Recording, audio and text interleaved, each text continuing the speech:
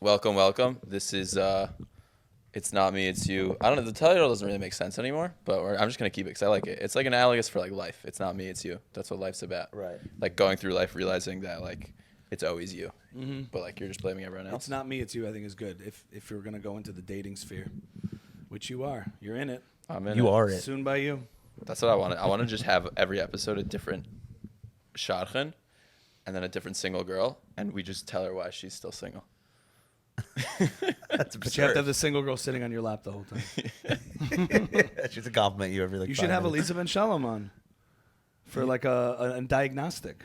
You know Elisa Ben Shalom? Yeah, From from Netflix. that's my best joke. yeah. I'm not gonna say it now, but Yeah. But yeah. have her on and do a little diagnostic of like why you're struggling to get married. we did that with Beshefkin on Mislabeled actually. Really, you did that? Well, that was interesting because he basically said he was so like academic with describing label.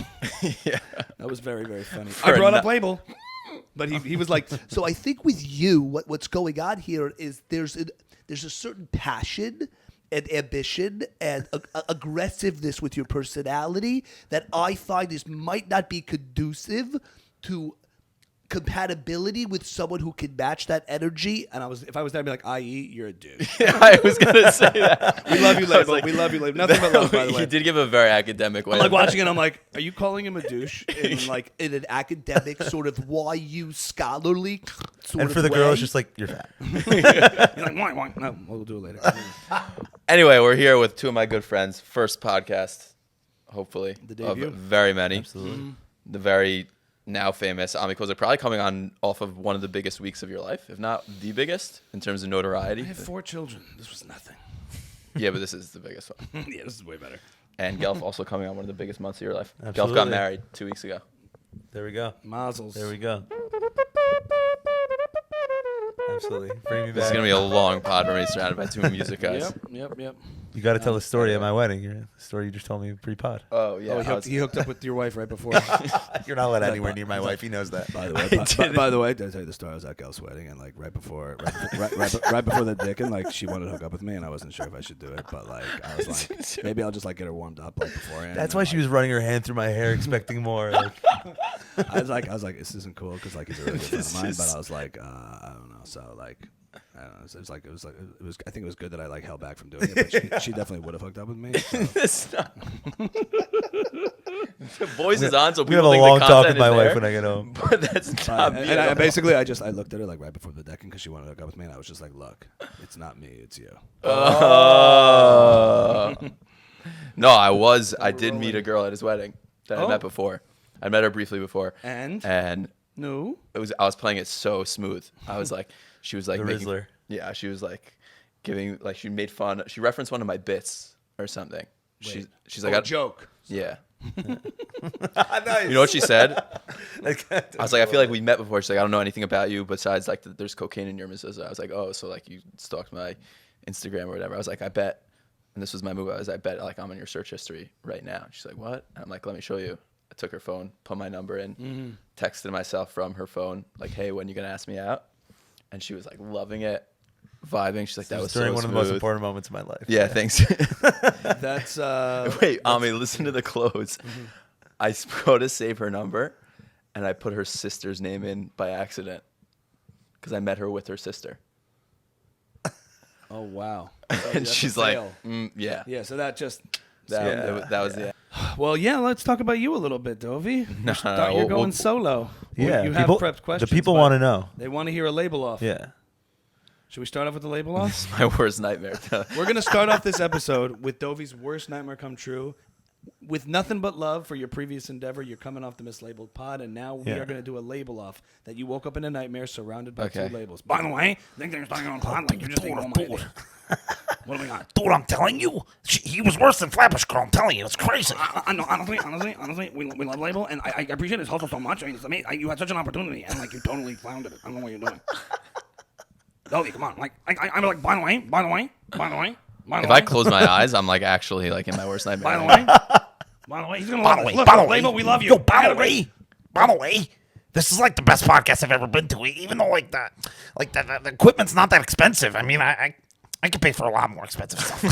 By the way, we love label. I had a great time in the pod, but you're doing your own thing, and that's okay too. Not okay too. Right? So anyway, Props. We wish Mislabeled well, and we wish Yeah. Toby well. Yeah, we wish We well, wish too. everybody well. I'm actually a fan of both of them. I don't choose sides at all, but I'm on the. But you're you know, T-Mobile. it's not me, it's you pod right now. So, with Adobe, yeah. and we need to hear. Well, you haven't been on Mislabeled yet. Never. That was actually when I was there. I wanted to do an episode of just people who, like the two of Yeah. you, SJ10 and Bam, like people, and just have like 7 labels around the SJ table. Oh, do a he does a label? label. Yeah, he does a great label, actually. by the way, okay. He did a great label of label doing karaoke. That was hilarious. Love it. Well, Yeah. I respect the hustle. Listen, respect it all. No, he's great. Yeah. Yeah. Anyway, so we'll get into the Candace a little bit later. But last night was Distant Cousins in Teaneck. That's right. We haven't talked so much about you Don't cover on. your face with your mic. I'm gonna coach you through this. Yeah, because then you're gonna block that beautiful pun. Yeah. This Yeah. beautiful pun? Yeah. Oh, okay, thanks. Yeah. We haven't spoke a lot about Distant Cousins. We always like to do like comedy stuff. But Yeah, we're I'm always- very curious how the band come together. I know you were in Berkeley. You were friends with the guys before. Like, how did the band come together originally? And then like we'll get into how it got into TV and movies. How to Train a Dragon. Yeah. So Distant Cousins is a trio comprised of myself, Dove Rosenblatt, formerly of Blue Fringe, David Swirsky of the Moshav Band, coming from like the Jewish music scene royalty, like had big names in that world. But when I got to LA, we all found ourselves in LA in around 2011. That's when the three of us got together and started writing music kind of outside the Jewish world. For lack of a better word, secular music, English music that was sort of competing more in the pop, indie folk pop world. Right. Of the I noticed Mumford and outside the Jewish world they just call secular music. Yeah. music, yes. So music. But we were writing, songs in English, and we started very quickly getting songs on. I come from, before Distant Cousins, I was doing composing for commercials. I went to music school. I studied music for film and TV. And then we started licensing and getting our songs placed in commercials, films, trailers, TV, built up a following in LA. And we've been working ever since. Wait, how does that work though? How does it like we're in a garage like just like jamming out, writing music to like getting on You want TV the and film? geeky details of how it works? Yeah, like what What does it take? So I put on a voice like this, right? And I go up to like an executive and I'm like, hey. No. That's the dope. I'm like, you do Dovey to executive. It's brilliant. So the process of the music industry is kind of broken up into various lanes. And when you're writing music, and if you want your song that you've now written in your back house studio to get on TV, you need to network with music supervisors. The music supervisor is a person who picks songs to be placed. They work usually with a director or an advertising agency. So there's 2 ways to work with supervisors, either directly or you work with third-party licensing companies that rep your catalog of songs and pitch you for various opportunities. And so that's sort of how it's made up business-wise. There's the artist, the music supervisor, and the film. And the music supervisor is selecting all, like, the Sopranos end scene. A music supervisor picks the last song that gets played in that scene or something like that. And it's a whole it's a whole network game of trying to, like, form relationships with people so that when there's opportunities, they think of you and they like your music. And And do you get royalties in perpetuity? Like every time How to Train a Dragon is played. you do get some performance royalties in different capacities in different ways, sure. And then that's sort of how it's made up. But the way it takes a long time to sort of form those relationships with the various people in the industry that you can, have fruitful, productive relationships with. So we wrote a bunch of songs, and then we performed those songs for various like licensing companies, and worked with a couple of different ones, and then had a good relationship with one that started placing our music in various films and things like that. That's sort of the short story of how it's done. Wow. And that helps, build an audience through those commercials and placements. We would see a lot of like attention from fans that would come in who saw this song and then came to our Spotify, and then people started coming out to shows, and we would invite industry people to shows and do showcases. That's the whole LA scene, like showcases where you're bringing people out. And we were in that world for a long time, and we still are. And then we also started composing theme songs for like animated shows, kid shows. We wrote the theme song for a show by Tony Hale called Archibald's Next Big Thing. He did like a show that through DreamWorks Animation, because we started doing some licensing for some, because we could like compose and produce ourselves. We would get calls to like custom compose a theme song from scratch. Sometimes you have 24 hours to do it. You have like one day to make a song one night. So we were able to do that for a couple of different shows, and ended up composing all of the music on a recent show on on Netflix through DreamWorks Animation, so we have a good relationship with the team at DreamWorks, Nickelodeon. You know, it's all a long game. So you got to like build up the skills, but you also need the whole relationship building skill set too.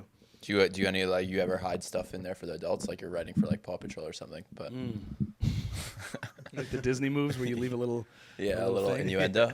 That's a good question. I'm sure some stuff in the background of some vocal is in there somewhere, somebody cursing or something like that. But no, I'm not going to be so naughty.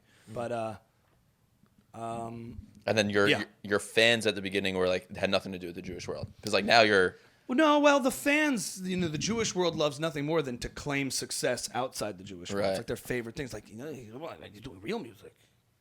I mean, you know, so it's not just like Jewish stuff. Like, they're doing stuff. Exactly. It's like real deal. This is real deal stuff. but I Real knew deal. it. But I knew it. Yeah, real deal stuff. So our first fans, of course, were the Jews, because that's a great thing. You know how many people are out there in the middle of Wisconsin who like are trying to like form a fan base, and they have no community. So having community is really valuable because the people coming out to shows were the local LA like Jews, and from the Orthodox all the way through like to the various denominations who knew us, because we're all kind of in different denominations within LA, and the three of us, and they would come out to, you know, Dove is married to Chabad, so he has like the Chabad modern Lubavitch fusion thing, and David She's is, married to Chabadi. yeah, absolutely. And David is in like sort of the Reform conservative world a little more, and I'm in the modern Orthodox scene. So like everybody was coming out, and we also were playing in different ways for different audiences. But the Jewish one was certainly front and center because it was very cool for them to see three guys from the community doing stuff on a like a bigger scale. Would you say From People are notoriously make the worst comedy audiences? Would you say it's similar for music? I would ask you the same question actually. From People make the worst comedy audiences, do they? I think in a way they do. Like I was speaking to I guess it depends where, right? I mean, in fact, you do From audiences and you kill. yeah, and, but like There's think an advantage and a disadvantage. Like we Right. talked about on my show. It's like, and I changed my mind since our conversation. I was like, I think I said it's hard, just as hard to do comedy no matter what. And you're like, no, because when they get the joke from the get go, when there's more to relate to about. yeah, when there's more to relate to, so you can do things for a Jewish audience or an affiliated audience that you just can't do anywhere else. So that's kind of cool. Like there's areas that you can joke about. Yeah. No, I'm just saying, just on the I find that From People come to any kind of creative show to like more Critique. like to judge, to critique, to see like But music is less to confirm that they music's could less have been a audience stand-up dependent anyway, in a way that comedy is. Music isn't as audience dependent in a way that comedy is. Right, 'cause You're you assessing don't- your performance and your jokes and how well they did by every 2 seconds how the audience engages with it. And music has a bit more of a hypnotic effect where if you're playing really well, no matter who the audience is, Yeah. you get them and you're not too worried because if you're doing your job, they're quiet, Yeah, not laughing. There's an element of like if you do well in music, even if no one's listening, like if you do a good show and there's like 4 people there, like you're still feeling like a little accomplished, right? Right. That's why I'm so scared of like, you know, the thought of maybe one day doing like stand-up comedy. It's like if no one laughs, like you're kind of screwed. right. Even don't if know, you it's had like the probably funniest joke ever. Yeah. Yeah. Not to mention, like, nobody jams without an audience in the comedy world. You'll workshop jokes, but comedy, like, music exists for an audience or not sometimes. Like, there's a playing to pleasure threshold with music versus comedy, which is very different. Like, you can sit there and play with a group of friends with no audience and, like, have the best time and feel fulfilled. But if you sit there with your jokes without it being received, it's like comedy blue balls. You're like, I have to connect this, otherwise it's not done. Well, I imagine they're two different. It's like having a feelings. screenplay without a movie. You know, Right. you need that final piece of it. Did it get the laugh? So, where music is sort of like an end in and of itself, and when you're performing, you obviously want to connect and transcend, but it provides a certain armor and protection. And the way you get good at music is practicing in private. By yourself. And comedy, you have to practice in front of people, and that just makes it such a brutal art form. Yeah. Wow. I imagine that it's two different, very different feelings, like getting a standing ovation during music and getting a standing ovation during comedy. You did comedy after music, right? Mm-hmm. Was there like was there like a scratch that became itched once you went into the comedy world and started like, getting laughs and you're like, whoa, I've never felt this before? Or is it like Because like the similar to- immediate kind of like the Yeah. immediate like recognition of your work. Sure. Good time. The idea is That's a package, probably. No, it's actually probably a Michelle guy collecting money. Ready? Sure. But as far as, music and comedy are kind of different drugs, So, like, comedy's like that quick. 1 second, we'll wait through it. I would say it did scratch an itch in the validation of, like, the imposter syndrome that comes with taking on a new endeavor after being 15 years in the music game, going back to the beginning to do stand-up. Now, I had an advantage in that I was sort of sidestepping. I knew how to go on stage. I knew what it's like to stand in front of an audience. But all of my weapons that I usually use that I'm trained in were not there. But I understood timing. At the end of the day, though, like, stand-up is a different beast. And once you, like, get to a level where it's comfortable, it can feel musical. But I knew, like, where I had to climb from. So that kind of sucks. But once you get when you get those laughs and have, like, a set that kills, there's a validation that mitigates the imposter syndrome that comes with everything. Like, oh, okay, I can do this. Like, I got to that point where, like, I can do it. And, I think if I had never, ever done music, I've done sets where other comics have come up and they're like, dude, how do you feel? And I'm always assessing that. I'm like, it was great. I'm also comparing it to other drugs. So, like, music's a different drug. And it's hard to compare apples and oranges because it's not like I've been doing comedy for 15 years and music for 15 years where they're both at the same level of comfort, because everything has a pain to pleasure threshold. And there's a pain to pleasure threshold with music, which is those years where you're going, and trying to get your technique down, and it's quite physically painful and mentally, conceptually painful, and then getting on stage and getting comfortable in all kinds of environments. And comedy's not where that is for me. Like, I'll have good sets and stuff, but what goes into it and the prep, and is every environment conquerable? Like, I just have to put in my 10,000 hours. So it's hard to really compare them fairly. But a great comedy set and a great music set, they just feel like different drugs. One is like this instant rush kind of thing, and it kind of wears off because you're only as good as, like, your last set. Whereas music, to me, just kind of feels like this mostly pleasure, very little pain experience, and there's a confidence to that. And sounds like comedy is the Xanax and music is like the acute, like, long-term, like, antidepressant. And also, when you're playing music, like, you're also the audience, And comedy has a lot of that sort of insecurity built in where you're hearing yourself do a joke. You're like, before you get off, I'm like, is this stupid? What am I doing? You're either the king or the clown. And you're like, what's about to happen? The laugh came. And every single time you're like assessing if you're worth, like, literally every second on stage, you're like, do I belong here? Okay, I still do. Okay, I still do. And you're walking a freaking tightrope, at least in the early days where you're like, and then finally you get across, and you're relieved. But that whole experience there is like torture. Walking everywhere. And no, there are sets that are more fluid and you got it and all of that. But then you could lose a crowd too, like in like 3/4 of the way, and something can happen. Now, if that happens in music, it's a little different. You're sort of sitting in it and enjoying. You're sitting inside something pretty sacred and cool and mysterious. Even though you know what's going on, but it's still like, what is going on? Am I just like moving strings and things are happening? Like, if you think about it, it's the most mystifying thing in the world. Yeah. And you could look at comedy the same way. They're both like cousins. They're in the same family. There's maybe similarities. like distant cousins. Clever. But in a way, like, the experience. Though I'm just highlighting the differences in the experience, and it's hard to know if that's just because of my years in the game on music. And I'm sure comedy. When I've done comedy right, it feels like music too. It feels very similar. And I did that on our show when I demonstrated the consonance and dissonance of comedy. Setups and punches are the same as chords. And I relate to like before I get on stage, I go through my whole set. I'm like, none of these are funny anymore because I know them so much. Right. That like by the time I'm saying it on stage, I'm like, in a way, it feels like a magic trick. Stand-up feels a lot more akin to a magic trick than, say, because you need that element of surprise, but you know what's going on. Yeah. Like, you know what you just did, and you're like, there's an element of it, if you don't keep it fresh and you don't keep your material tight and up to date and new, then like you're just like, here's the bird. And if enough audiences see it, they get it. But you're just like, I did it. I pulled it off. I got something by you. Right. You know, I pulled a sleight of hand. And music doesn't feel that way to me. It does feel like you're putting people into an experience, but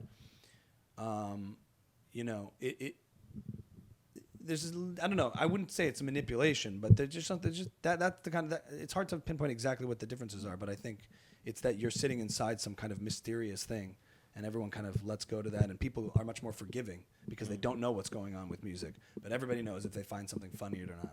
And if you hit a wrong note when you're singing a tune, like you just burn past it. But if you say the wrong thing, people get pissed. Yeah. You sucked. That wasn't good. People said that to you?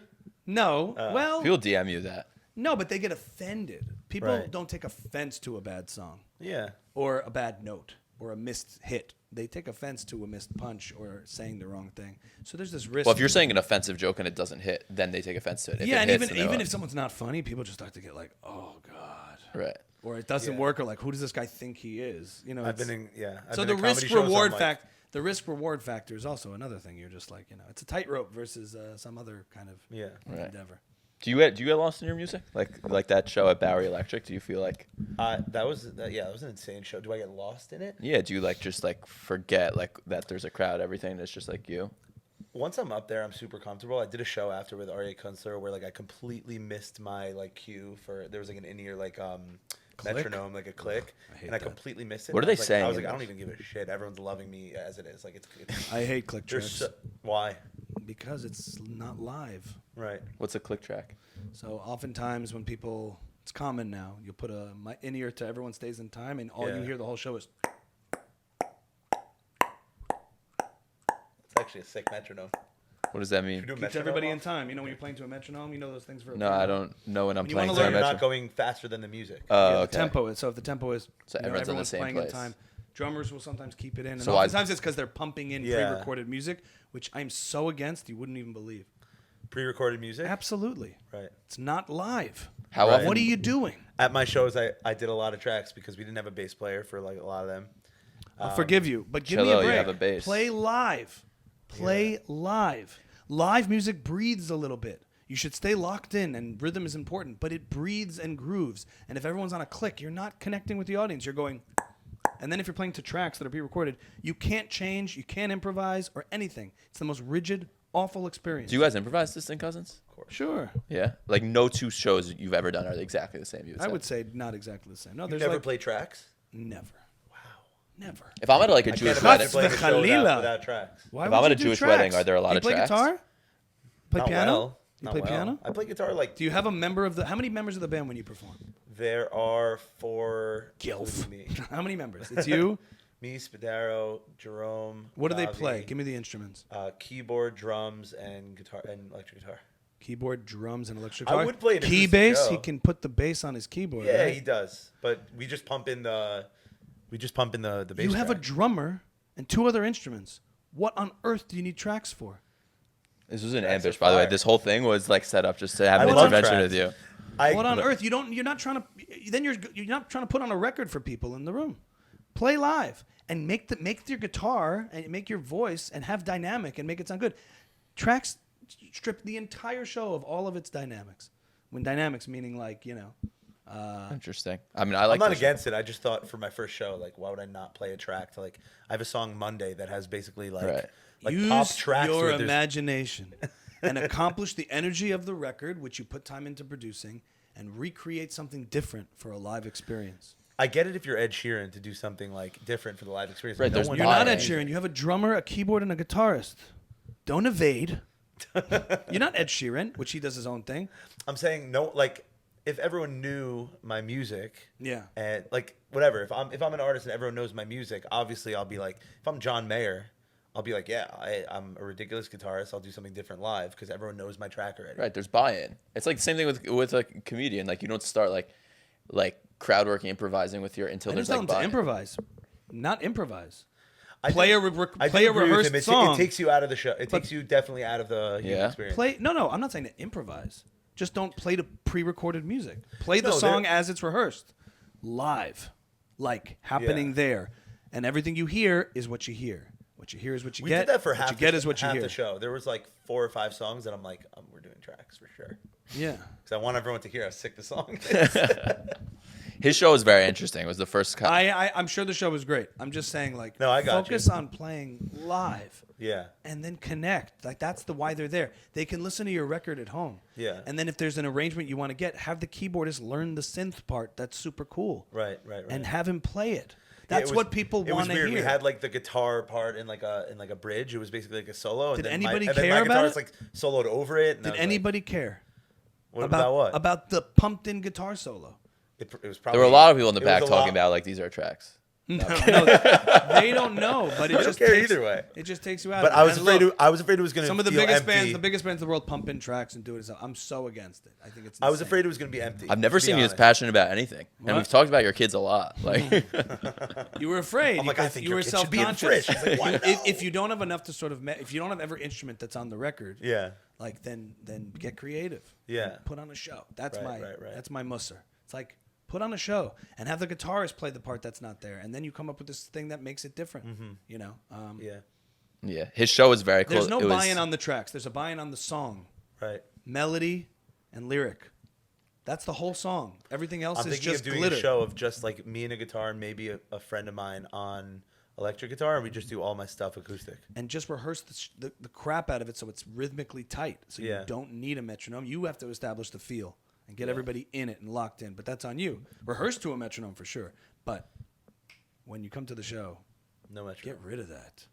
I Count agree it that in. it definitely took me out of it. Yeah, you're just like this the whole time. 'cause by you the have first song, by the end of the first song, I was like, okay, now I'm in front of the audience. Yeah. You know? Sorry, Dovey. What's Yeah, up? Dovey, you saw No. a shitty show, dude.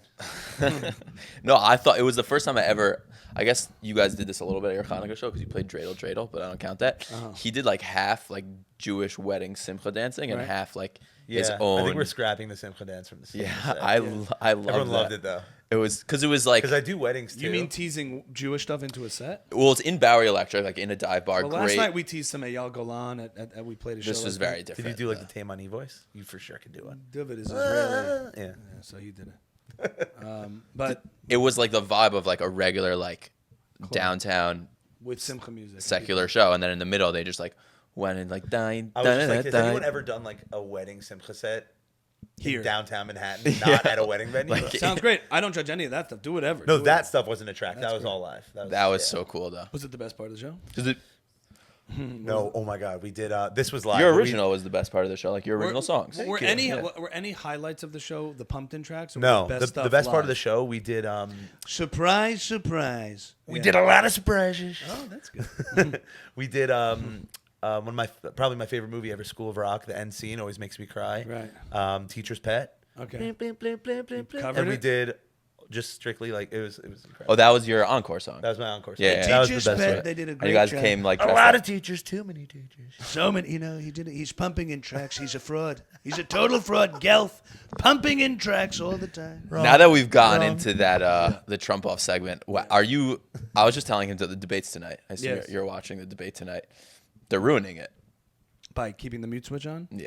Yeah, I They're killing the whole debate. They're censoring Just from speech. like let's leave politics aside for a second. Well, I'm going to bring a speaker myself. Jared's going to hold a megaphone under the podium, and whenever I want to talk and the mute's on, I'm just going to say, hey, JJ, put it up to my mouth. And we're going to be so strongly talking. But yeah, I guess it's going to be lame. Yeah.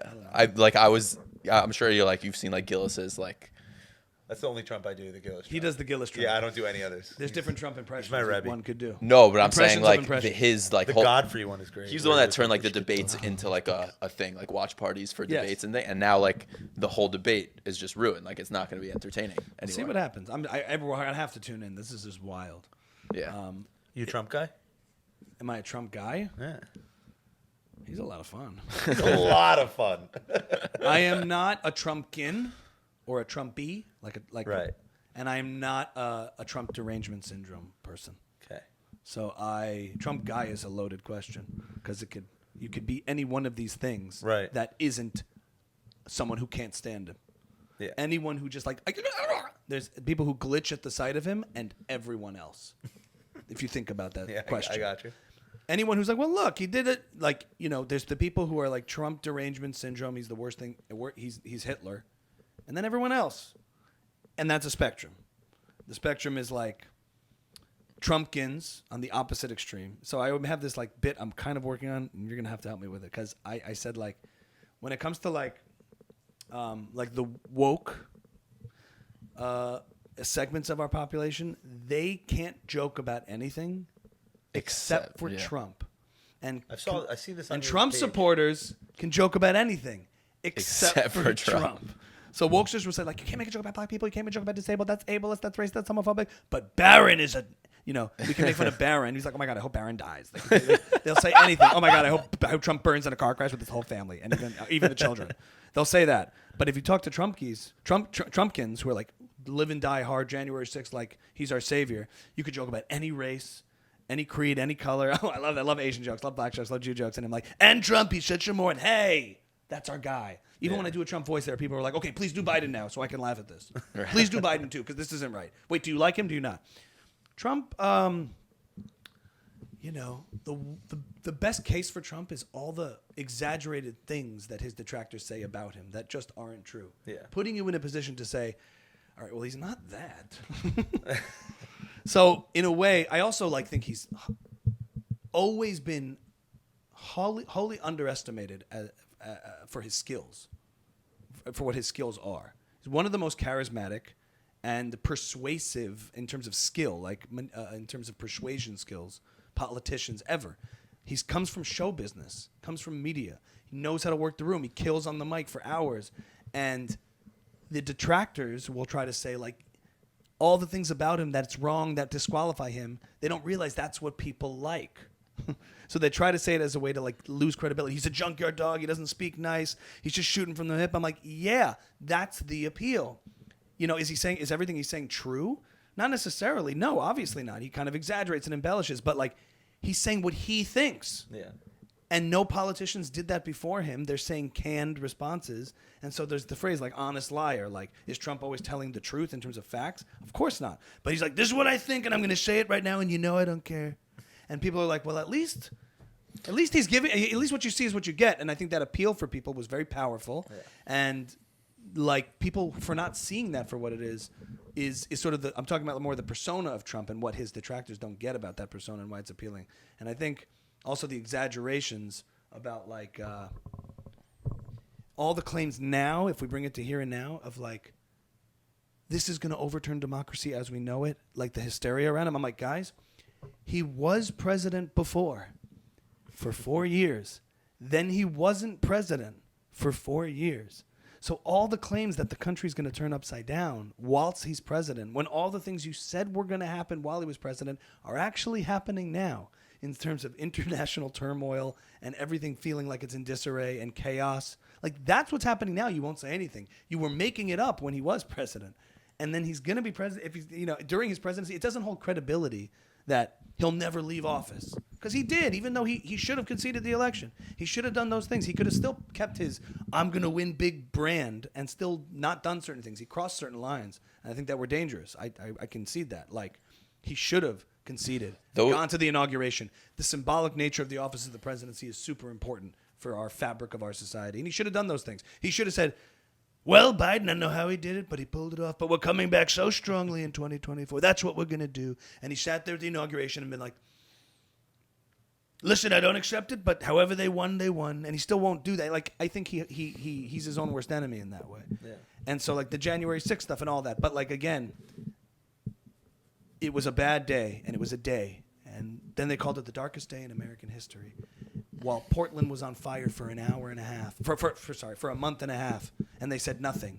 And this selective outrage. Now, I'm not defending January 6th. I'm just saying, they lose credibility with selective outrage. You know what I mean? And I know that's a long answer to if I'm a Trump guy, but I'm just saying. You are. I'm just saying that the other thing is you can hate what he says, but like what he does. And there's a lot of things policy-wise that I was very into and liked. And I tell people who can't stand him, I'm like, what if you had a Democratic liberal Trump who did things you liked but was kind of a douche? Like Jamal Brown. Like label. Bowman? Jamal Bowman. What if it was the same persona? I think he took... But he was like, we need universal health care and pro-choice. We got to bring back choice. And we got to raise these taxes on these billionaires. And we got to increase all these, subsidies and welfare and all these things. And, I got to tell you, these Republicans, they're terrible. These Republicans are terrible. Would you be so quick to jump off of that train? Could be a bit. All that stuff. So I think that guy Bowman. from the Bronx, Jamal Bowman, I think what you were saying, because everyone fell in love with the real Trump, he just shoots from the hip. Yeah. He was like, oh, this could work. And then he took it to an extreme, and people were like, no. Bowman just clearly didn't know anything. Someone was like, say APAC. IC's fire now. He's just like smashing chairs. Ceasefire now, baby. Ceasefire. I had this bit. I didn't post it. I made a video where it was Jamal Bowman in a high school class, like in high school history class. Okay, kids, today we're going to learn about the Revolutionary War. Who can tell me who signed the Declaration of Independence? Yes, Jamal. AIPAC! Those are all his answers. No, sorry, Jamal, that is not correct. Okay, who can tell me in what year the Declaration of Independence was drafted?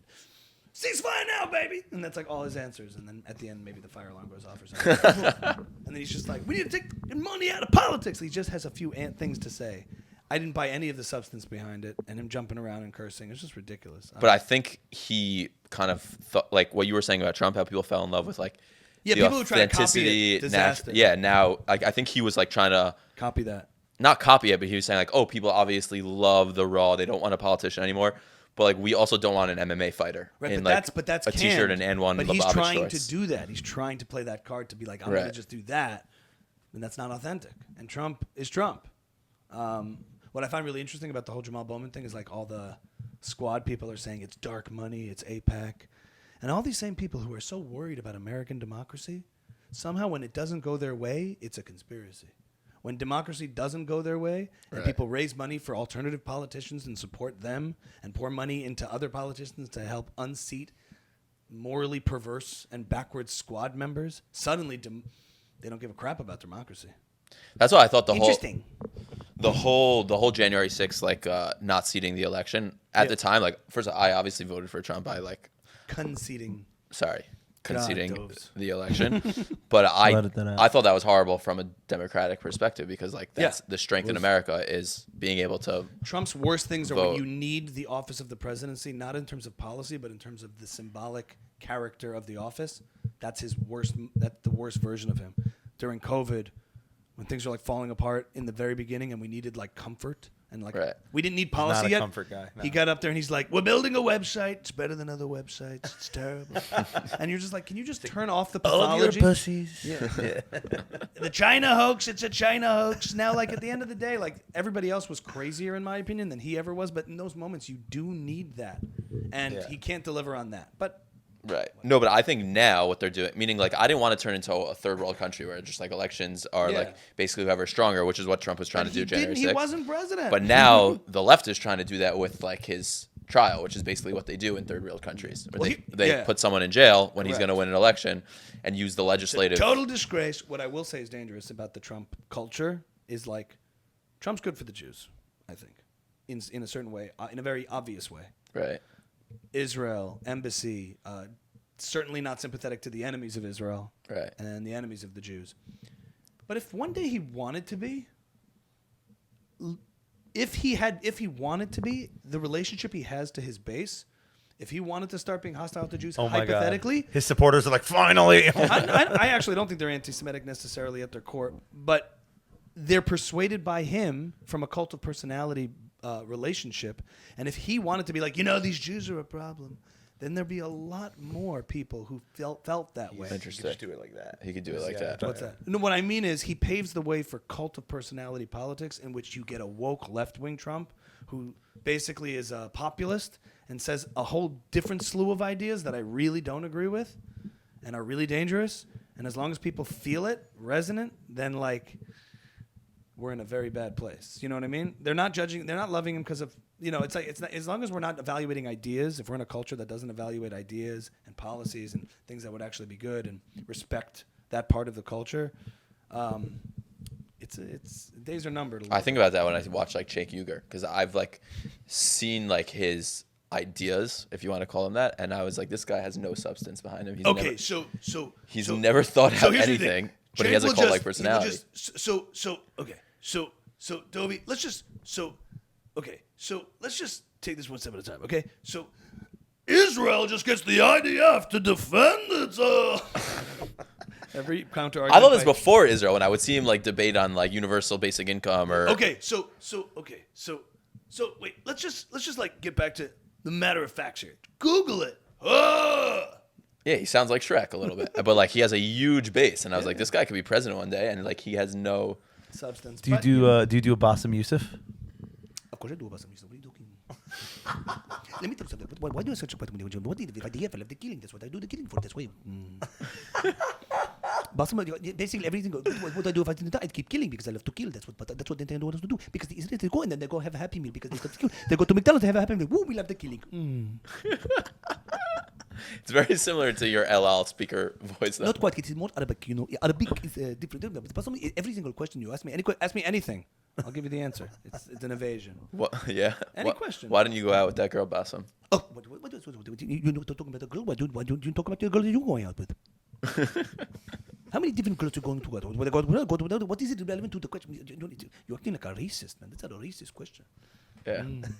I saw a documentary on Bassem Youssef, and I was hooked on him. Yeah. And then I'm like, oh, he kind of hates us. He kind of sucks. As but a comedian, you mean? Because he's interesting? he's literally one of the most he's one of the craziest stories I've ever heard. That he was in Egypt or something? What's He the was in background? Egypt during its revolution. Like back in the Muslim Brotherhood, Yeah, 2002? yeah, wild stuff. And he was trying to be the Jon Stewart of Egypt. Let's talk about this for a second. Yeah, and he was Beautiful he was eyes. yeah, eyes. Yeah, he's great. Stunning. He's a very good looking guy. Stunning eyes. Very attractive man. He was a major piece in the Egyptian revolution. Really? Everyone saw him as a beacon of individuality and expression, and it was. And then I'm like, Sounds like you're God trading damn it. teams, Yoni. I love him, but whatever. And he was he's- on Daily Show. Wasn't he on the Daily Show? Yeah, Jon Correspondent? Stewart's like his Jesus, and he was Yeah. he met him finally, and Yeah. Well, Jon Stewart's not a big fan of the Jews either. But he doesn't like him. He doesn't like us. I don't know. Yeah. I mean, so Candace Owens, let's talk about it. you want to talk about Candace? Yeah, I want Yeah. to talk about Candace. Well, this was probably one of the biggest interviews of your life. By the way, It's the second time I've done it. hour and 40 You know minutes. that, right? Yeah, I know. But this was it wasn't a debate last time. Right. I mean, you were debating Candace, who Yeah. didn't really have any information with her. So, I mean, Dave Smith's incredibly eloquent. Yeah. Very well researched guy. Formidable. Was very impressed with him too. But you hung in there for an hour and 40 minutes of punches. Really not something which is I mean, I guess it's become your comfort zone, which I want to ask you about, but which isn't something you do. Right. He is a stand-up comedian, but he's primarily a He political was commentator. loose, and he does this all the time, and I don't. No, but he doesn't practice as a comedian nearly as much as he does as a podcaster. Right. Were they going after you? What was that like? They were ganging up a little bit. Well, Because it you're was a pro-Israel, 2-on-1, and they acknowledged that in the outset. I mean, anything that Candace chimed in on was nothing to support my position. Right. How do you prep for something like this? What is there do you invite friends over, shoot questions at you? Is there media training? What is it like? Get dirt on her from Ben. No. Here's the problem. The problem with preparing for debates, I think, is you want to be prepared, but you don't want to be performative. You want to be authentic. You want to engage with the conversation that's in front of you, and you also want Most to debaters do not want to engage with the Well, it conversation. depends what the debate is. If it's the Monk debates on a huge stage and you have a position that you're trying to present to an audience, debating opponents, trying to present an alternative view, that's one thing. That's performative debate, and it's valid.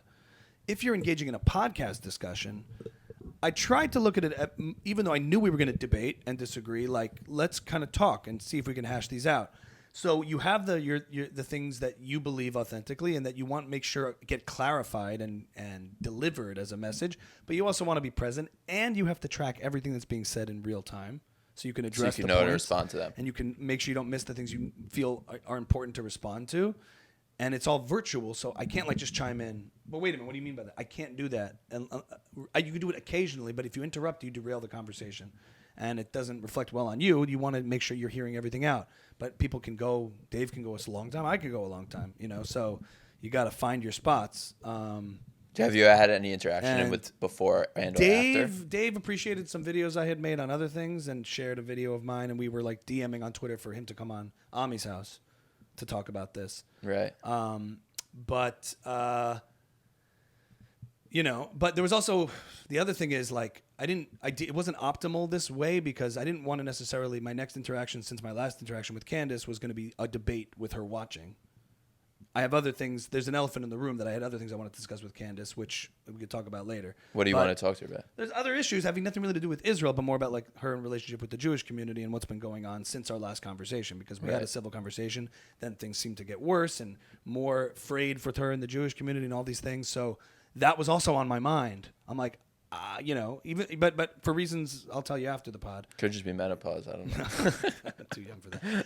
For reasons after, I'll explain sort of off the record. I'll explain how that came to be. But in the meantime, having this conversation, I did watch other debates he's had. I watched other debates that he had with RFK Jr. He went on Rogan and Yeah, but that wasn't even a debate. I wanted him to see somebody who had sort of my position debating him and how that fares. So I watched him in RFK. I watched some of him with Prager just to get a sense of like his positions. But it's important to come into these things in really good faith, in the sense that like I accept that he's passionate, enthusiastic, informed, and knowledgeable, and just draws the complete wrong conclusion about the situation and is missing a huge fundamental chunk of it, which is what I brought up: the ideological, religious, radical Islamic fundamentalist motivation that animates the whole thing, having nothing to do with geographic or political disputes. That this is a rejection of Jewish sovereignty, not the lack of a Palestinian sovereignty. right. In the Arab world, that was not anything that was ever desired until all of a sudden Israel exists. And Dennis Miller said it once in some article I read, where Right. no one gave a crap about this land until Israel came in and started building desolate. and started making oranges the size of basketballs. Then everyone gets all riled up. And we didn't get to that point. But you have to accept the good faith, because if you don't, then you're just there with an agenda to say something, talk cross purposes, and like, what are you doing? Like, I don't like this idea that like people say things you don't like, and so I'll make a hit piece on Dave Smith with a video calling him out. How brave is that? And writing articles saying this person's so morally backwards. How brave is that? You're just writing an article for your echo chamber to agree with you. That's fine. If it can feel nice, you get a nice affirmation. But go in against the grain, and see what happens. See what happens. Do you think there's a part of it? First, How'd I do, Doves? I thought it was amazing. No, I thought it was great. I wouldn't say like there was like I didn't destroy him. no, not at all. I hate when they post those like thug life videos. It's like, fun. Ba-na-na-na-na. It's candy. But at the end of the day, my goal was really just like I was very to have impressed a by real him. conversation and hopefully hold my own, and hopefully the ideas stand on their own, and then I presented them in the best way I could. Given that Dave does this 9 times a day, every day, whatever, and I don't, I'm okay with how it went. Here's my thing on these debates in general. There's a couple things. First of all, it's very hard to get somewhere in any of these debates because it's two people dealing with a totally different subset of facts. Right, narratives. Right? Different narratives. We call it narratives, but like we fundamentally just like disagree on what happened for 60 years. So you come in and we would also draw the same conclusions given his set of facts, and he would draw our conclusions given our set of facts. Yes. Except There is an element. I'm saying for most moral people, there isn't. Unfortunately, there's more things I want to talk to him about clearing up that history, because he has a different understanding of the history. Right. But then he does say in the conversation, look, they pulled it off. Israel, he thinks it's unjust. I think it's just. I think it's legitimate. We didn't really get into all the land that was purchased legitimately in Israel from absentee landlords, or the natural immigration that came. Well, he's spoken about the Nakba in the past, and it's clear he has no sense of the alternative. Yeah. He's bought the Palestinian narrative, the Nakba, hook, line, and sinker. And like the idea it's that not Jews immigrating from Europe and the Arab world, but also Europe, I'm not denying that, Eastern European early Zionist settlers coming into Israel, there's this claim of illegitimacy in that way, and that it was on the heels of the violent evictions of locals there, and all the mass irrigation and farming, immigration and irrigation that Israel was doing, and buying and purchasing land from absentee landlords who wouldn't admit they were selling to Jews, but as long as there wasn't a sovereign state of Israel, no one cared. It was just as legitimate as any other immigration, and we didn't get into those details. Part of the reason was like that we just didn't have time to get into that. I was about to talk a little bit about the absentee landlord stuff, and then the other thing was he conceded that like at the end of the day he doesn't believe Israel should be dismantled. Like he does not believe that we have to tell all the Jews to go back to Europe, and he doesn't believe Tel Aviv should be dismantled and turned over. This is a picture. This is my great-great-grandfather. No kidding. My mom's family was from Israel like way before. No kidding. Which one? In the middle? That's your great-grandfather? With a local Arab guy? Nice. These were his neighbors. They were very close. Right. He's actually buying one of their sheep off them. Right. So there's a mitzvah called Rishis, I guess. Yeah. Shearing like the first sheep.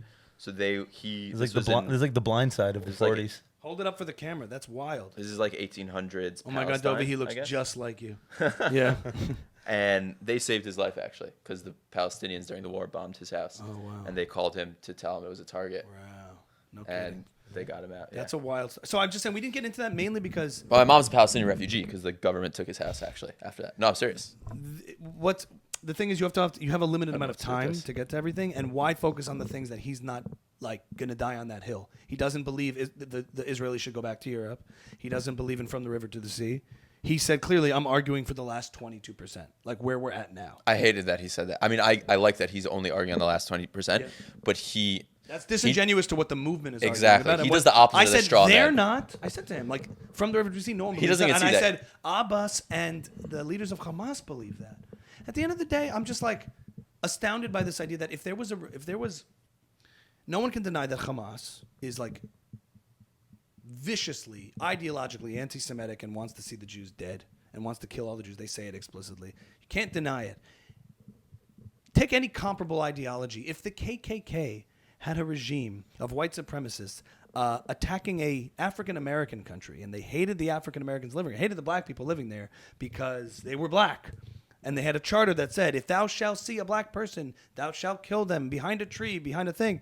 Make sure you find them all around the world. We will take over, and the whites will rule. Nobody in the West would take that regime seriously, morally, in any way, in any capacity. You wouldn't take it seriously. Even if the black country, if the African American country, black country responded with force and killed white civilians living under a white supremacist regime, like, would you give that country a hard time? Would they give the disproportionate criticism to that country? I'm putting it in a way that the left, because when it comes to white supremacy, they're all about calling it out. But when it comes to terrorist supremacy against Israel and anti-Semitism, suddenly, I'm like, you wouldn't take that regime morally seriously. And then I know what the follow-up argument is. So it's like, wait a minute, supremacy? I thought Israel's the one that's the ethno-state. Israel has a majority Jewish population that it maintains and protects the minorities within it. They're not hostile to the minorities that live in Israel. They give them full equal rights. It's not the same thing. So I think his... Anyway, so I'm just like, yeah, so... but the conversation, I think, was civil and but I think he misses all frames of that. his opinions as the opinion of the... Meaning those opinions of like The West. Hamas being legitimate, like he denies that they exist in mass, actually, when they do. That they're not representative. He said, I look at Israel with rose-colored glasses. He's like, the difference between you is I'm not defending Hamas, but you're defending Israel. And to an extent, that's true. But I'm not saying... But he also said no one's defending Hamas, really. He believes like these are just But like he's fringe looking at the opinions on whole college campuses. region with rose-colored glasses as if everybody has the same values and just wants the same thing. And that's where the big flaw is. Not everyone has the same values. I have your values. You have my values. Freedom, tolerance, Do you think there's prosperity. There are other values that people share in that region that are not those, that supersede those, that they hold more dear, which is power, dominance, religious dominance, subjugation of those who are not submissive to it. He's just denying all that, which to me is the fundamental thing.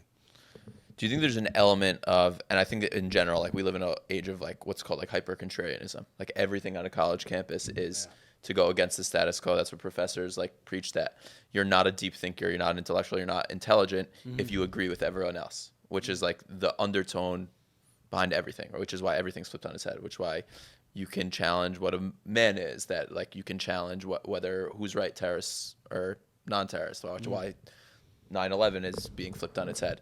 When you have someone like that identifies themselves as an intellectual and is Jewish, do you think there's an element to him like he is a person that values his intellectualism as like going against the status quo and thinking about things differently? He gets off on like being the Jew that is anti-Israel? Nah, I don't think that's what it is. No. I think it's consistent with his view about America, too. I think there's sort of a moral subjectivism that goes on in his worldview that I think Dave is an anarcho-capitalist. He's an anarchist. He believes all government is force and coercion and illegitimate.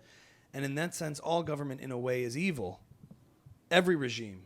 And just because we're removed from the brutality in the United States that we inflict upon the world doesn't make us that much necessarily better.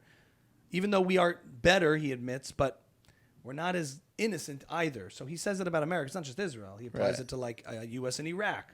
And he made it early in the argument. He was like, just because America's a better place to live than Iraq doesn't mean I approve of George Bush going into Iraq and killing people. So it was a fair point, but he doesn't. But for me, it's all a matter of degree. You know, like, has the United States done terrible things and committed atrocities? For sure. But it's all a matter of degree in life. You know, are we taking people and filming them and chopping their heads off and saying we want to rule the world by, you know, like, it's just a totally different thing.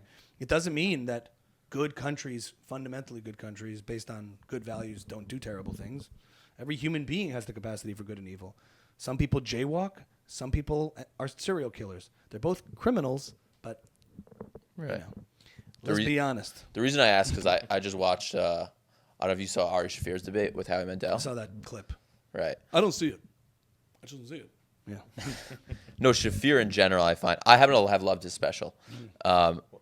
His Jewish one? Jew special. Oh my god, Incredible, hilarious, and I'm like some people took offense to it, like he's just like ripping like I get on it. Jewish culture, whatever, which is what comedians do. But like, I don't like that he like tries to pretend he's not a self-hating Jew. Like he hates everything about Jewish culture, and like he's out there like talking about how there's no anti-Semitism. I'm like, yeah, for you, because you're the most vocal voice for anti-Jewish sentiment. Like, no one's like coming up beating you up because like you have nothing to do. But is that fair? Because he's doing it from a self-deprecating sort of thing and not an ideological self-hatred? My point is that most of the anti-Semitic attacks, assaults that happen in this country are on like people who are they're not on me Publicly- either. Like they're on publicly Hasidic Jews. Jews. Yeah, there are people who are out there as Jewish people. I understand that point. It's very easy for you to say, I don't see it, because they don't see you. Right. He's like, but look at my nose. I'm like, okay, like you.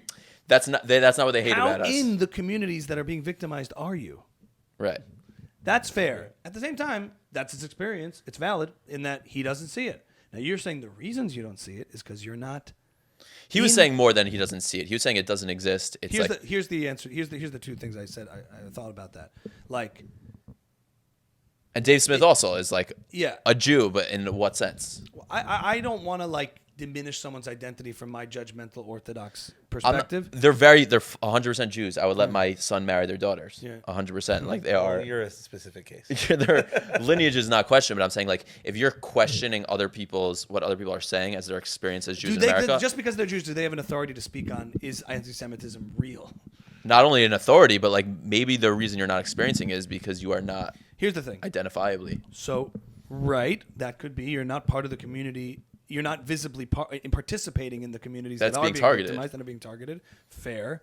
But also, if you spend enough time online versus in the real world, you can get a little bit of a warped sense of what's going on. It doesn't mean you shouldn't be alert. And I'm alert. I'm seeing it all. I'm seeing the clips of the guys in the subway saying, Zionists on this car. Now's your chance to identify yourself. I'm Kamani James here, and we have Zionists in our camp. Zionists in our camp. I'm seeing all that freaky stuff. But a recent poll came out, and Sam Harris was talking about this on a podcast where he said 75% of Americans fully support Israel and agree that they should defeat Hamas. Really? And should do everything they have to do to defend themselves. That's like 75%. It's so funny The that silent we're like, oh, majority that- 75%. That's a lot. Yeah. It should be 100.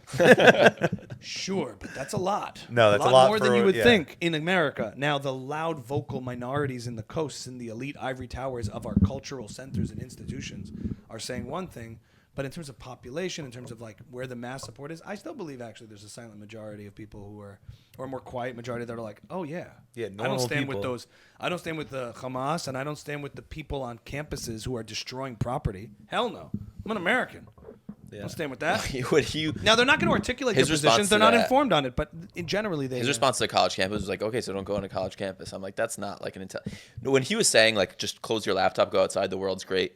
I agree with it to an extent, but he's like, just don't go online. All of this craziness online, but online is becoming more and more of what the world is going to be. Like And it's also, a like, if how you can took be that poll in a so younger obtuse? demographic. I mean, there were Jews in the 1930s who were like, "There's nothing wrong here. I'm a doctor. He's a scholar. We work in Right. very high esteemed position. Nothing's going to Right, that's the happen." other thing. You are supposed to be vigilant about it. when It it's is a in the little fringes. ignorant and naive to the cycle of anti-Semitism throughout history. It's not like this is the first time we're seeing Yeah. this playbook. If it was, he'd have a point. But the reason our antennas are up is because not that long ago, things went down. And the reason Jews have a little bit of angst and neuroses, people say evolutionarily, is because we're made up of immigrants who said, the vibes are off here, we're going. So the most neurotic Jews were the ones who escaped. That's the joke. Someone was like, the vibes are off, I'm getting on a boat. I love how like these days the vibes are off. It's like I'm high at a party and I'm like, the vibes are off. Yeah, but Like I'm such a I'm like But such look, I wasn't I'm supposed to such a take shrooms descendant of before these this. people. I am not. I sympathize with Ari's position in that before October 7th and seeing all this, I wasn't hysterical about it. And my friends who were like, could happen again. I'm like, dude, I'm the same. chill. Yeah. And I have Right. all 4 grandparents, Holocaust survivors, but I'm like, we're in America. Like, we have Israel. What's wrong? What are you talking about? Like, Yeah. No. We're good. And then you start seeing this, and coming from all these different sources: left-wing anti-Semitism, radical Islamic anti-Semitism across the UK and France, and then you're seeing this ascendant right-wing anti-Semitism, which is not only the political elements but in the culture, and it's freaky. I was actually before that, like way before. I speak about. I talk about like Kyrie Irving's like whole saga. That whole like, thing. I have a bit, but like that was comforting to me because he was basically like, he like saw Kanye getting away with anti-Semitism. He's like, I could do this, and then like, then like Adam Silver, the commissioner of the NBA, called him into his office. He's like, no, you can't. Like, what do you think pays for this whole league? Like, Yeah. I was like, okay. I just think at the end, after October 7th, everyone's kind of just okay with bad things happening to Jews. Enough people, because now that it's wrapped up in Zionism and Israel, it's like, well, I can't speak about it because it's controversial.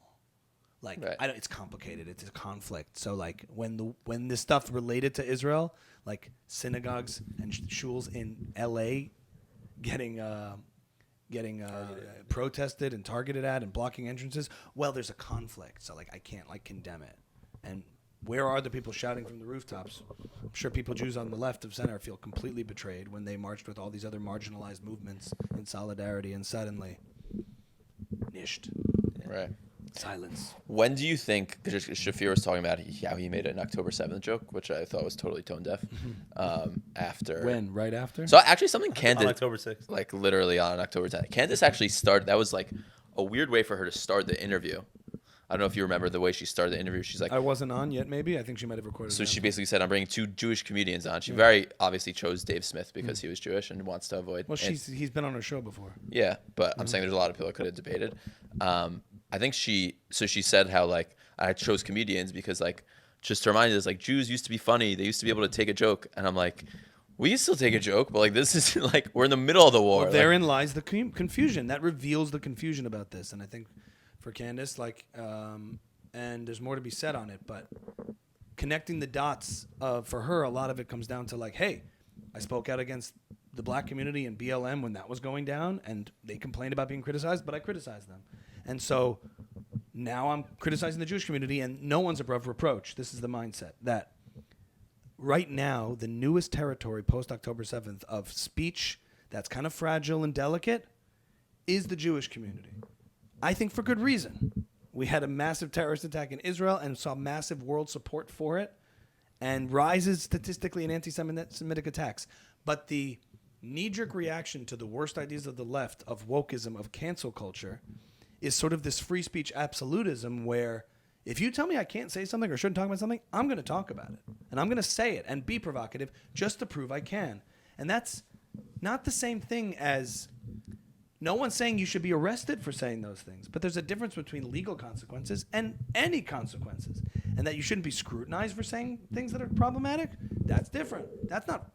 No one's challenging your free speech legal right to say these things, but if you dish it out, you got to be able to take it. And So to her credit, she had me on. when twice. does and there'll be more to say about that. when does a joke become up? Like obviously, like he made a joke like 3 days after October 7th. Yeah. People thought it was off, but like we make 9 and 11 jokes all the time, and like those aren't really considered taboo anymore. I would Intention. say. Jokes are about intention. Are you joking or are you being serious? No, but even if you were joking, you wouldn't make an October 7th joke right now for another 100 years.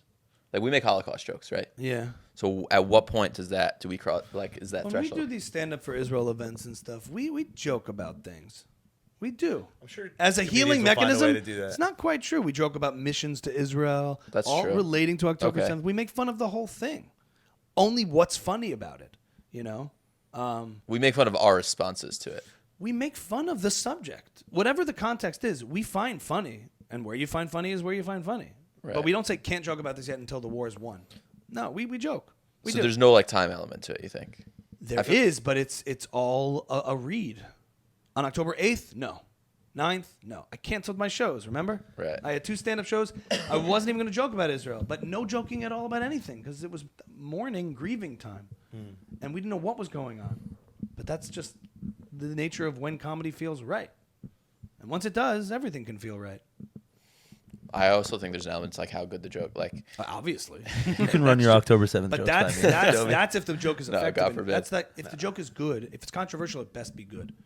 because when we were doing like we did these shows for like these like Israeli-owned cafes that like people are boycotting because they're Israeli. What was that one?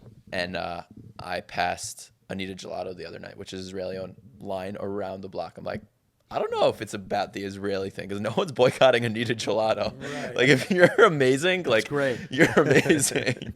It's easy to boycott a cafe that has stale bagels. I was like, Anita Gelato could have like Israeli flags at the wazoo. Like, it still slaps. Yeah, how far was BDS willing to go? It's like, oh, the cookies and cream is amazing. I feel that way about Ben and Jerry's in reverse. Yeah. Because everyone's like, yo, No, it's no not more- Anita Gelato. Anita Gelato's fire. Someone said to me, you really got to. Someone said, let's boycott Ben and Jerry's. I'm like, I hear you, but have you tried milk and cookies? I'm the same thing with Kanye. I'm like, but have you heard 808s and Heartbreak? That was before though. It's grandfathered in I hear that. You're saying it wasn't made by an anti-Semitic brain. at the time. Yeah. Oh, that's a whole other thing.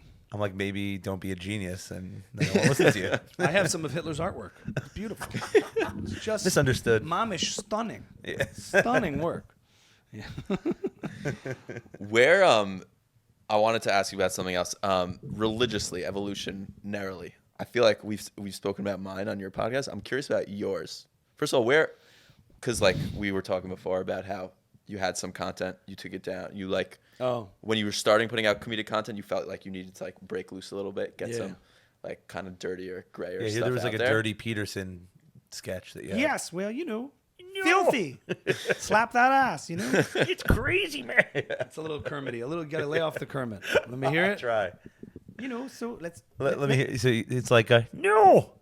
like Way too We are not in a hierarchy. whatever, like something like that. It's too Kermity. Too Irishy and too Kermity. Okay, how do I do it? It's not up It's there. not like this. Just tuck it back slightly, Oh, slightly, it's- yeah, little bit, and then Alberta, left. Put your tongue Left. Put your tongue behind your teeth, Behind like your, that. La. like that. No, that, not that. That. So, give me a so, So. and then scrunch your face and go. Now I feel like we're going back to Bossum. He's like, You get a bloody tutorial free of charge. So Yeah, that's yeah. what I would say. mine's very Kermity. Maybe you could. Yeah, when market I that. first was doing comedy online, it was also my Gary Vee. What are you religious? Like, Gary are you swim on Shabbos Englewood or like New Englewood? I did swim on Shabbos growing up, but I'm a little more New Angle. I'm modern Orthodox, and I don't do lights, and I don't do eating out dairy and all that. Like, Really? So you're capital. So none of the fun. What? None of the fun. I can watch movies and secular stuff and all of the goods, but Not on Shabbos. yeah, I'm not. I don't do. I Got don't do it. lights. I'm not getting nachos at a random spot or Have you ever? at a club. No.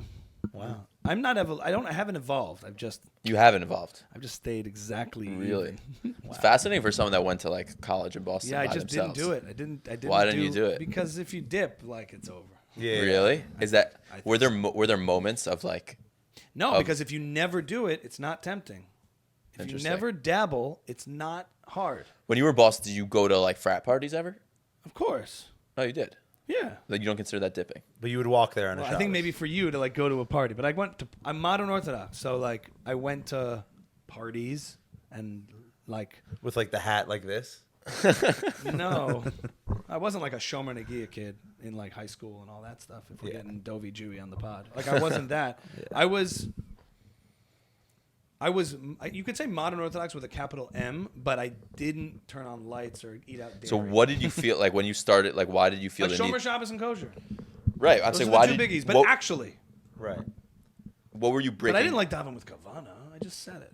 Oh, definitely not. I just said it. Right. Did I? No, I saying went to it's the whole class, thing but then. I didn't like learn that much, like for fun. So what were you like breaking free of when you started? Like, I wasn't breaking free of anything. I wasn't really breaking free. I just was doing the impressions, and I didn't hold back on like what was in my comedic mind. okay, so you're just like letting loose. I was letting loose because I was like, I hadn't done comedy, and I have a dirty sense of humor, like a really naturally very dirty sense of humor. And there was never an outlet for it, so I just let it loose. And then over time, like it starts to. I didn't have a problem with it at the time, but like, then kids get older, and you're like, okay, like there's some accountability here, like. Like your own kids. Yeah, and then when I started to like dip into like, you have to look. At the end of the day, I had to reconcile with I am a modern Orthodox Jew in the world, and so I'm not Andrew Schultz and Norm Macdonald. I'm not those people in that. Like I have other considerations, community, family, that values-wise isn't quite square with total filth. Right. And I love it. There's nothing morally wrong with it to me. I love it. But as far as do I want it as part of my public persona, I had to make a choice at a certain point where I was like, yeah, you know. How do you deal with these? I guess I didn't wear a yarmulke when I was on stage in the beginning or cover my that was the most where I was like, because I sort of tried to make this distinction where it was like I'll create this public persona of the and then leave this like separate life so that I can keep it private, because I'm certainly not going to be filthy and curse on stage with a kippah on. Right. That wouldn't be. I was sort of told myself that was bikavod. I wouldn't do that. But then I'm just like, I don't have to do that. I don't have to be like a filthy blue comedian. Right.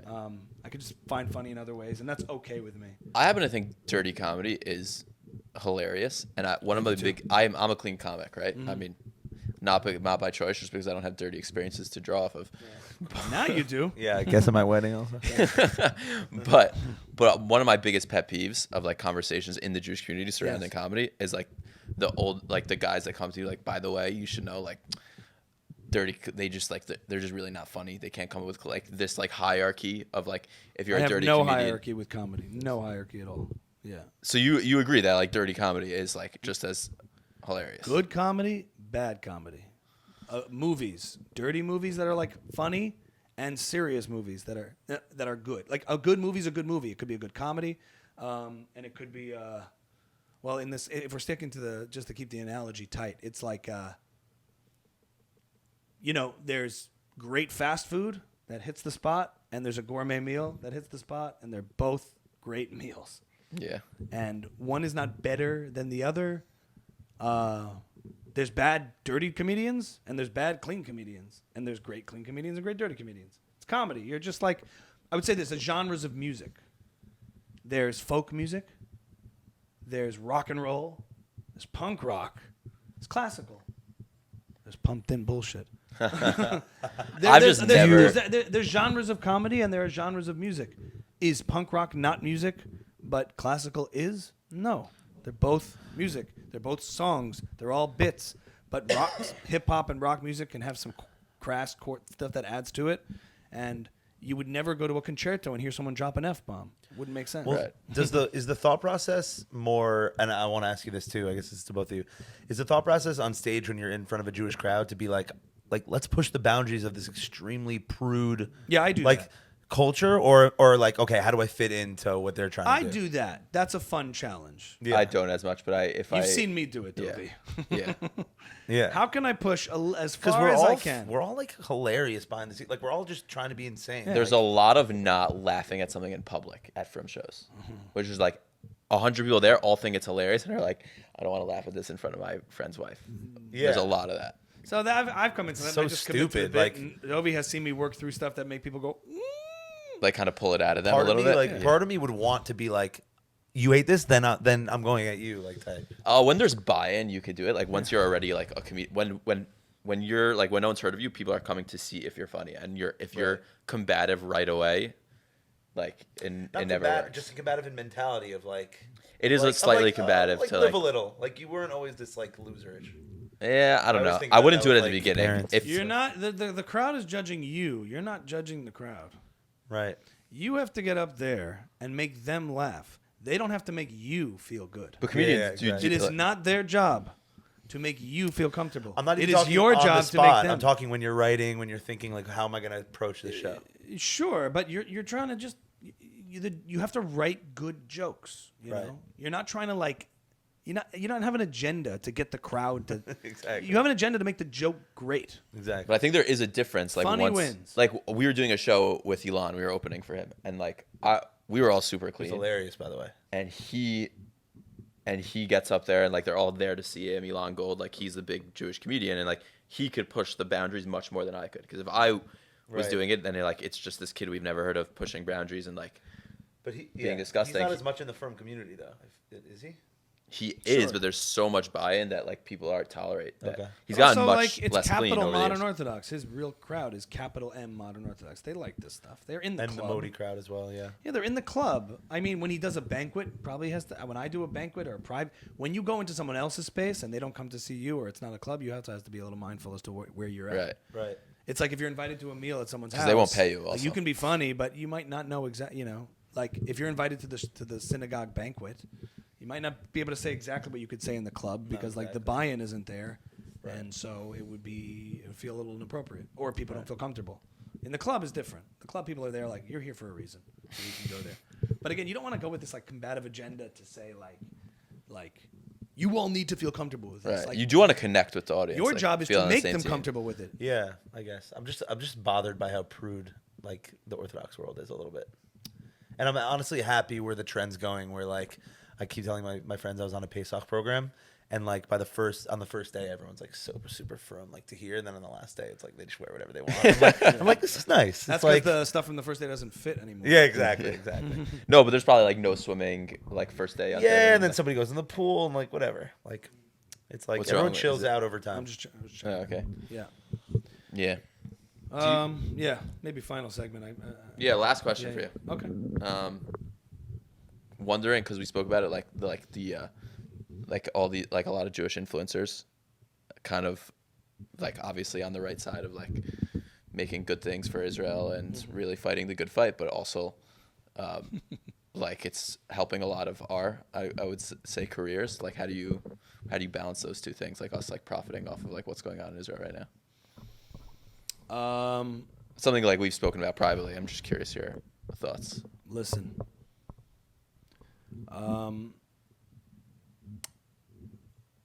I'd say that if there's small price to pay is to feel a little icky about it, but the positive upside is the alternative is not filling a void of absolute emptiness and silence on behalf of Jewish suffering and Israeli suffering.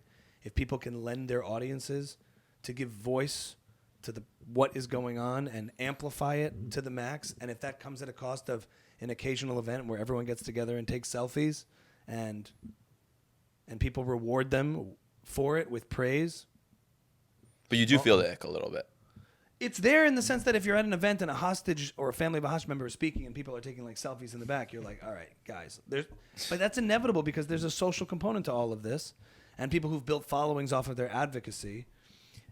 It means they're doing something valuable. Right. Like I'm a capitalist. I believe that benefiting and profiting from putting stuff out that people value is a good thing. It's a win-win. If you're rewarded with praise and followers and potentially even getting paid to speak at things, that's because you've done something that people really value. And so it's perfectly legitimate and good to be rewarded for it.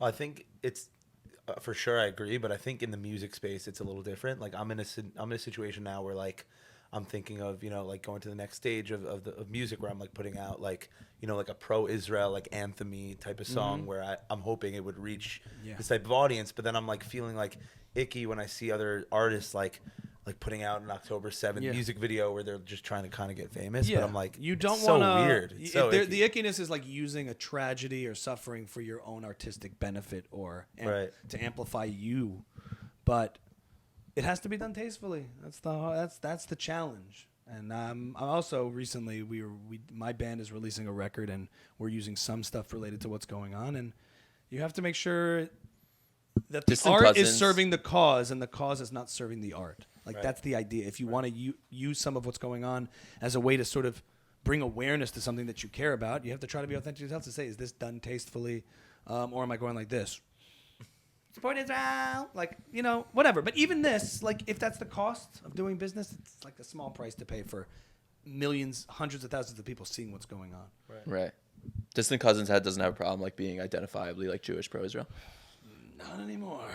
Like, you don't have problems with like previous relationships in terms of like movies and TV. Oh, You're on. I'm saying you're on some pretty mainstream executives, movies. yeah. Oh, all of that stuff? No. Well, Distant Cousins isn't like overtly political. We're saying like, appealing to the suffering of what's going on with our people. And if you have a problem with that, I have no interest in working with you. Right. We're also trying to make this one for the people. Like it's going niche, going deep instead of wide. That's a Gary V, isn't it? Gary V. I like to go deep, not wide, right? Like it's been so long since I've done it, Dovey. Right? Like on some real shit. You made it the whole interview without doing On some it. real shit. Like I believe this so much, right? Like so much.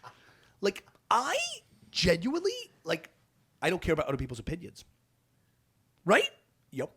But we're doing it for the people. Like, it's it's niche. It's targeted at our community. Forgot to mention going on tour with Matisyahu Yeah. this summer. Just throw that one out there. We Yes. are going on tour with Matisyahu, the Lion of Zion. The- We're going, we're going all around. You do a Matisyahu impersonation? Not really, you know. How's it work? Lions up a flame in the name of the Lion of Kinda Jamaican. Judah. He's not Jamaican, but when he does Right, reggae, yeah. he does. What's it like working with him? He's a beatboxer too, right? Yeah, he's great. Oh, me? Yeah, a little bit. Yeah. I was trying to do this crab scratch. I can't get it. Can you get a crab scratch? I can't do it. No, I don't think so. Do you beatbox? Me? Yeah. Yeah. I We'll guess close on a Do you do it on beatbox. stage? Yeah. Oh, nice. I live loop on stage too sometimes. Yeah, close a little loop about this. Matz's in person, you know, he's an artiste, very talented. He's great. You know, we've worked together. We wrote a song together with another co-writer, Ben Antelis, Fireproof. Is he, I'm saying, is his persona like that? In like is he as like loose out to lunch? Like, I'm just if you're comfortable with him and he knows you, like you have a different probably relationship than he has with other people. But once you I've worked with him a few times and you get into that zone, I've seen him channel the gift. yeah, Really, really, yeah. he's still got it. King Without a Crown is like a top 5 song. Yeah, Matzis is an artist. He's Disgusting an artist, how and good he's a he is. gifted artist, and he's one of the few unapologetically supportive pro-Israel people out there. Like not, It's like him and Dave. like he has the Portnoy. artist. He has the artist quality of not caring what people think. He's gonna say what he believes. I respect that. You know, like Right. that he does the music he wants to do. He says what he wants to say, and when that channels in the direction of being supportive of, as a proud Jew, it's the best because it's so powerful. You know, and on that note, It's all you. yeah, what's happening? Oh, am I going? Yeah, you gotta go.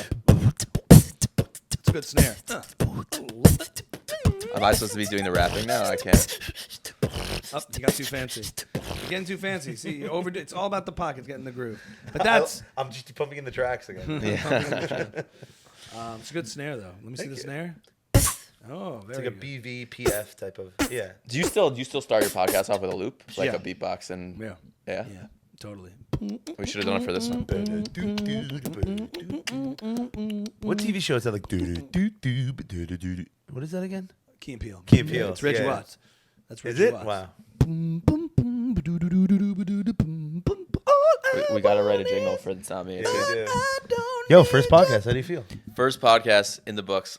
Last plugs. Gelf, check him out on Spotify. Absolutely. Gelf on Spotify. Gelf. Distant Big things Cousins, coming Ami this Kozak. Check out his most recent interview at the Candace Show. What is Candace Candace Show? on the show? What is it on? YouTube. Just YouTube? Ami Kozak at AJ-Comedy. Follow there. Twitter, Instagram, TikTok, YouTube, Ami's House Podcasts, and Distant Cousins. Yeah. And Dovey Newberger. You could see me at my house. And remember, Shout out to my parents for letting me use this house Yeah, for our first shout out. pod. and remember, it's not. Me. It's you. You. Subscribe. What are you supposed to say after? You point at your crotch and you say, "Smash that." On that note, we're out. Smash this.